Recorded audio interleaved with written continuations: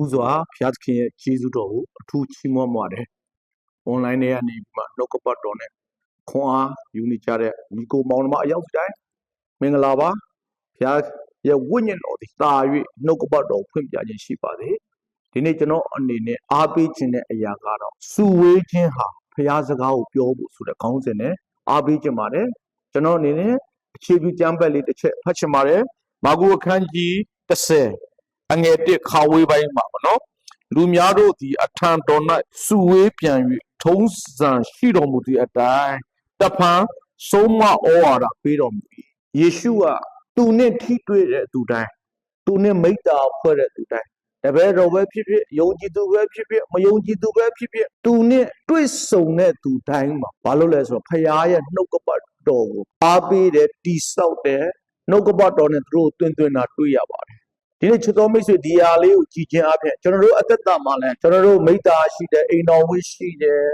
ကျွန်တော်တို့အပြင်မှာလည်းတွေ့ဆုံကြတဲ့အချိန်မှာကျွန်တော်တို့အသက်တာအတွက်နော်အခြားအရာတွေကျွန်တော်ပြောတယ်ကောင်းပါတယ်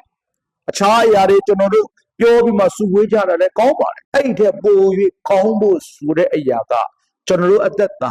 နော်အိမ်တော်ဝင်ပဲဖြစ်ဖြစ်နော်အပြင်မှာပဲတွေ့ဆုံတဲ့မိတ္တာပဲဖြစ်ဖြစ်ကျောင်းမှာပဲဖခင်เจ้าမှာပဲဖြစ်ဖြစ်စုဝေးခြင်းဟာဖခင်ရဲ့နှုတ်ကပတ်တော်နဲ့ကျွန်တော်တို့အသက်တာအတွက်အချိန်ကုန်မှုအရေးကြီးပါတယ်ဘယ်ရာအားဖြင့်အချိန်ကုန်မလဲဒီနေ့နှုတ်ကပတ်တော်ခံယူခြင်းနဲ့လားနှုတ်ကပတ်တော်ဝေငှခြင်းနဲ့လားဒါကြောင့်နှုတ်ကပတ်တော်ဟာကြားနာတဲ့သူရောဝေငှတဲ့သူရောနှုတ်ကပတ်တော်ဟာတန်လျက်နဲ့နှိုင်းထားတဲ့အရာတွေဟောတဲ့သူရောကြားတဲ့သူရောအကျိုးဖြစ်ပါတယ်မကြားပါနဲ့ကြားပါတယ်နှုတ်ကပတ်တော်ဖန်ဆင်းတယ်နှုတ်ကပတ်တော်အလင်းဖြစ်တယ်ဒါကြောင့်ကျွန်တော်တို့တွေ့ဆုံတဲ့မိတ္တာအထက်ထဲမှာနှုတ်ကပတ်တော်ဘုရားကောင်းတဲ့ဘုရားတတ်နိုင်ခြင်းကြောင့်နှုတ်ကပတ်တော်အသက်ရှင်တဲ့ကြောင့်နှုတ်ကပတ်တော်အရာခတ်သိမ်းဖန်ဆင်းတယ်နှုတ်ကပတ်တော်ကျွန်တော်ဘဝအသက်တာအတွက်အလုံးစုံဖြစ်တယ်ဆိုတဲ့အရာကျွန်တော်ပြောဆိုဝန်ခံပြီးမှမိတ္တာဖွဲ့မယ်ဆိုရင်ဟောတဲ့သူရောကြားနာတဲ့သူရောဘုရားရဲ့နှုတ်ကပတ်တော်ကတစ်တပါကျွန်တော်တို့အစွမ်းအစားနဲ့မဖြစ်နိုင်တဲ့ရတယ်ကျွန်တော်တို့အစွမ်းအစားနဲ့မတတ်နိုင်တဲ့အရာတွေနှုတ်ကပတ်တော်ကပဲဖန်ဆင်းသွားမှာဖြစ်ပါတယ်ဖြစ်ပြလေးနဲ့တသက်ခံခြင်းပါတယ်မိခင်တယောက်ဟာသူ့ရဲ့သဲချေမှာကြောက်တယ်တဲ့အရာတွေပတ်စံလည်းမရှိဘူးခွဲဖို့ဆိုတဲ့အရာတွေသူတို့ရဲ့မိသားစုရဲ့အစွမ်းအစားနဲ့မတတ်နိုင်ဘူးတရက်မှာဆူတောင်းပေးကိုခေါ်တယ်စာလံခန်းကြီးတရားနဲ့ခေါ်အငယ်20ထဲမှာနှုတ်ကပတ်တော်လွတ်တဲ့ဖြင့်သူတို့အနာကိုငြိမ်းစေပြီးဖြည့်ဆည်းခြင်းအရာများတဲ့ကနှုတ်ကပတ်တော်လွတ်တဲ့ဖြင့်ဖြည့်ဆည်းခြင်းအရာတွေကနှုတ်ယူတဲ့ဒီမှာဒါဆိုရင်ဒီမိခင်တယောက်သဲချေမှာ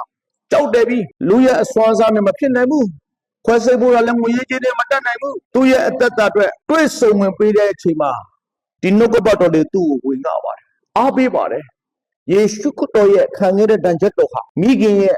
သဲချေမှာကြောက်တယ်နေတဲ့အရာတွေအားလုံးယူတင်စားပြီးတကယ်နှောင်ကြောတွေကကိစ္စပြီး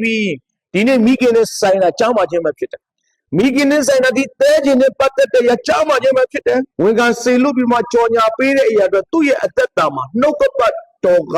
အရာခတ်သိမ်းကိုဖန်ဆင်းတဲ့အရာတွေတက်ရှိတဲ့အရာတွေသူ့ရဲ့အသက်တာမှာဖခင်ရဲ့ကျေးဇူးပြုခြင်းဖခင်ရဲ့မဆာခြင်းဖခင်ရဲ့တက်တည်ခံစားရတာဖြစ်ပါတယ်ဒီနေ့ဒီချိန်นี้အဲ့ဒီသဲချေနဲ့ပတ်သက်တဲ့အရာမခံစားရတော့ဘူးကြားမှသွားပြီးလွတ်မြောက်သွားပြီပဂရိကြားမှသွားပြီဒါကြောင့်နှုတ်ကပတ်တော်ဆိုတဲ့အရာကအရာခတ်သိမ်းကိုဖန်ဆင်းတဲ့အရာတွေကျွန်တော်ရဲ့အသက်တာဘယ်နေရာပဲစုဝေးဘာအကြောင်းပဲစုဝေးဖခင်ရဲ့နှုတ်ကပတ်တော်ကျွန်တော်အသက်တာတွေ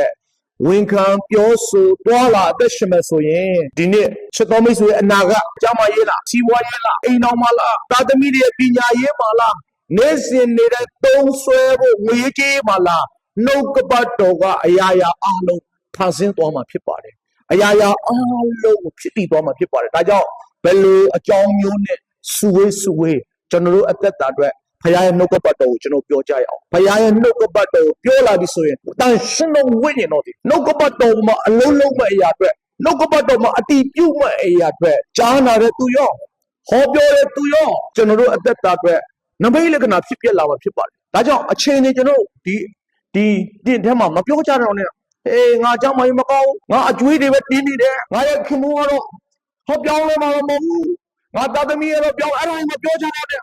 ဘာဖြစ်လဲနှုတ်ကပတ်တော်ပဲယုံကြည်တဲ့အတိုင်းပြောရအောင်နှုတ်ကပတ်တော်အရာရာအလုံးဖွင့်စင်တယ်အရာရာအလုံးအသစ်ဖြစ်နေကျွန်တော်ယုံကြည်တဲ့အတိုင်းကျွန်တော်အသက်တာအတွက်ကျွန်တော်အိမ်တော်မှာကျွန်တော်ပြဿနာမှာနှုတ်ကပတ်တော်ကိုပြောရအောင်ဒါကြောင့်ယေရှုခရစ်တော်ရဲ့ကားတိုင်းနဲ့အသေးခံခြင်းအသွေးသွင်းခြင်းထမြောက်ခြင်းဒီငါရဲ့ခင်မွေးရဲ့လွှမ်းမိုးထားတဲ့ငွေရစေဝါလားလောင်ကစားမလားငါရဲ့တာသမီပေါ်မလားဘယ်ဟာလွှမ်းမိုးထားလဲ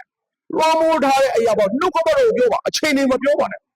ယောဂဝေဒနာအချိန်နေမပြောနဲ့ယေရှုရဲ့တန်ချက်တော်ဟာငါရဲ့ယောဂဝေဒနာငါရဲ့နှလုံးမလားကြောက်ကမလားအသေးမလားအဆုပ်မလားဘယ်နေရာလဲခံစားရလဲယေရှုခရစ်တော်ရဲ့ခံခဲ့တဲ့တန်ချက်တော်ယေရှုခရစ်တော်ရဲ့တစ်တိုင်နဲ့ဆွဲခြင်းကကျွန်တော်တို့အသက်တာအတွက်မျိုးရိုးနဲ့ပတ်သက်တဲ့တော့ကျင်ချင်းအမလားယောဂဝေဒနာရောကျွန်တော်ခံစားရယောဂဝေဒနာတွေရောကြောက်ခင်းပါပြီကျွန်တော်တို့အခြေအနေမပြောဘဲနဲ့ကျွန်တော်တို့ပြဿနာတိုင်းကိုနှုတ်ကပတ်တော်ပြောပြီးမှစေလွတ်မယ်ဆိုရင်အောင်ဩဝေယတန်ရှင်တော်ဝိညာဉ်တော်ဒီအမှုအသစ်တွေနဲ့နမိတ်လက္ခဏာအသစ်တွေနဲ့ပို့ဆောင်မယ်ဆိုတဲ့အရာနဲ့ခွန်အားပေးပါတယ်အရောက်စီတိုင်းဖရားတာယူကောင်းကြီးပေးပါစေ